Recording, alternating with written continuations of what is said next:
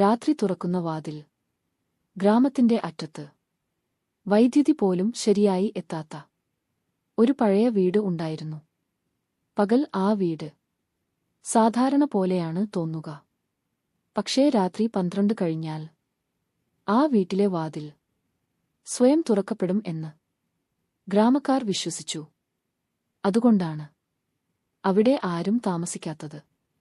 ജോലി കിട്ടി. ആ ഗ്രാമത്തിലെത്തിയ രാഹുൽ വാടക വീട് അന്വേഷിക്കുമ്പോൾ ആ വീട് കണ്ടു. വാടക വളരെ കുറവ്. ഗ്രാമക്കാരൻ പറഞ്ഞു, മോനേയേ, രാത്രി വാതിൽ തുറക്കുന്നതാ വീട്. രാഹുൽ ചിരിച്ചു. കഥകൾ മാത്രം. ആദ്യ രാത്രി. കൃത്യം 12:06. വീട്ടിനുള്ളിൽ കാറ്റില്ലാതെ തന്നെ. വിളക്ക് അലഞ്ഞു.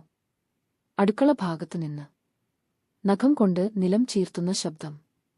രാഹുൽ വിളിച്ചു, ആരാ അവിടെ? ശബ്ദം നിന്നു. രാത്രി 2:17.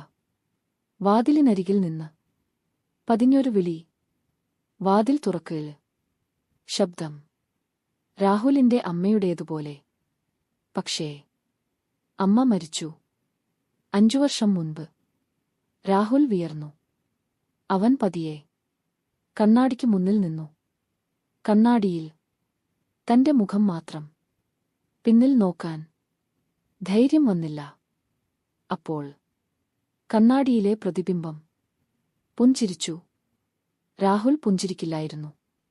വാതിൽ വീണ്ടും മുട്ടി. ഇപ്പോൾ ശബ്ദം അടുത്തായി. തുറക്കില്ലേ? അകത്തുണ്ടല്ലോ ഞാൻ. ആ നിമിഷം വീട്ടിലെ വിളക്ക് പൂർണ്ണമായി അണഞ്ഞു. ഇരുട്ടിൽ ഒരു മാത്രം ശബ്ദം. ശ്വാസം. വളരെ അടുത്ത്.